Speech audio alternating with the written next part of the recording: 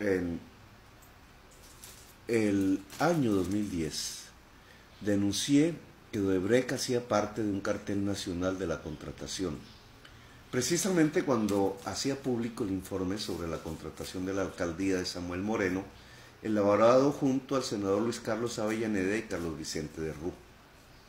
Posteriormente tuve que denunciar cómo la investigación de la Fiscalía se había adelantado exclusivamente sobre el componente distrital del cartel, llevándolo a la cárcel, pero dejaba en la impunidad total al cartel nacional de la contratación, entonces asociado al gobierno de Uribe. Para la misma época de la denuncia, año 2010, el exministro Sabas Pretel de la Vega, en la embajada en Roma, recibía la misma denuncia interpuesta por el empresario italiano Carlos Toto, a través de Giuseppe Sabata, afectado por la corrupción en la Ruta del Sol. La denuncia del empresario italiano Toto en nuestra embajada en Roma, lo mismo que la mía en el Senado de la República, alrededor de la corrupción Odebrecht-Aval y de la existencia de un cartel nacional de la contratación, fueron empapeladas por Sabas Pretel y por la Fiscalía. Sabas después admitió la existencia de la denuncia de los italianos en declaración ante el entonces procurador Alejandro Ordóñez, quien también procedió muy diligentemente a engavetarla. Pero la denuncia del empresario Carlos Toto, a punto de volverse proceso penal en Italia, tiene un componente igual al que fue descrito en mi denuncia del año 2010, olvidada ya por la prensa. La corrupción ha acontecido en todos los tramos de la Ruta del Sol y no solo en el tramo 2. Yo añadiría que la corrupción ha acontecido en todas las vías de concesión 4G entregadas a particulares en Colombia. Si es cierta mi tesis acerca de la existencia de un cartel nacional de la contratación, entonces todos los beneficiarios de las licitaciones de las fases 1, 2 y 3 de la Ruta del Sol se habrían adjudicado bajo la forma de un concierto delictivo, habrían obtenido su ganancia a partir del delito. Odebrecht, Sarmiento, Conalvías, Odinsa de los hermanos Solarte e Impregilo serían las empresas vinculadas a una colusión. La licitación de las 3 fases asumiría la forma delictiva de una colusión, que es un acuerdo predeterminado entre contratistas y contratantes futuros para ganarse las licitaciones.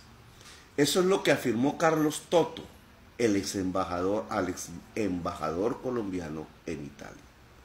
No solamente Odebrecht sabría de la existencia de esa colusión para ganarse el tramo 2 en una licitación con sobornos otorgados al gobierno de Uribe por $6,5 millones, sino que el acuerdo corrupto habría englobado las 3 fases de la Ruta del Sol, con los Solarte en Odinsa, los ejecutivos italianos de Impregilo, Andrés Jaramillo de Conalvías y Sarmiento y Melo del Grupo Aval.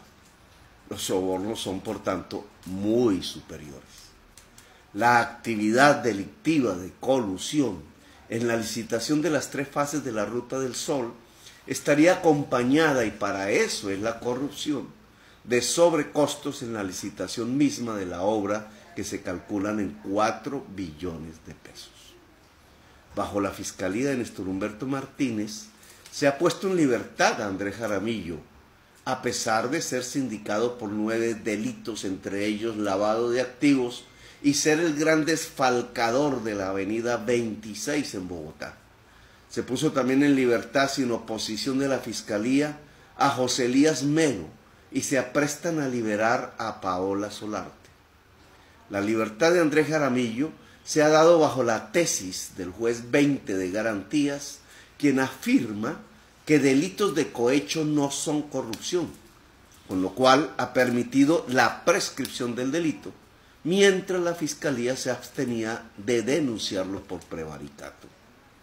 Néstor Humberto Martínez está hoy bajo chantaje, pues si encarcela a los corruptos en los tramos o fases 1 y 3 de la Ruta del Sol, los señores Solarte, el señor Andrés Jaramillo, los ejecutivos de Impregilo, estos terminarían denunciando a Luis Carlos Sarmiento, su jefe. Es por eso que están poniéndolos en libertad. El tramo 3 de la Ruta del Sol ya tiene un sobornado en confesión del señor Otto Bula, el señor Prieto, quien buscó la adición del contrato con la construcción del puente sobre el río Magdalena en el municipio de Plato.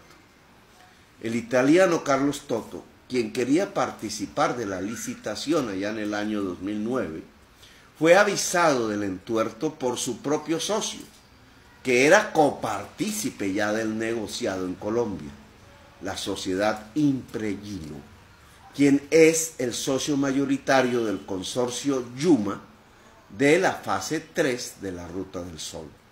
La justicia italiana puede abrir un frente investigativo sobre estos hechos. Los fiscales Balbuena y Setien son los que han impedido pasar de la etapa de investigación del cartel distrital a la etapa sobre el cartel nacional de la contratación.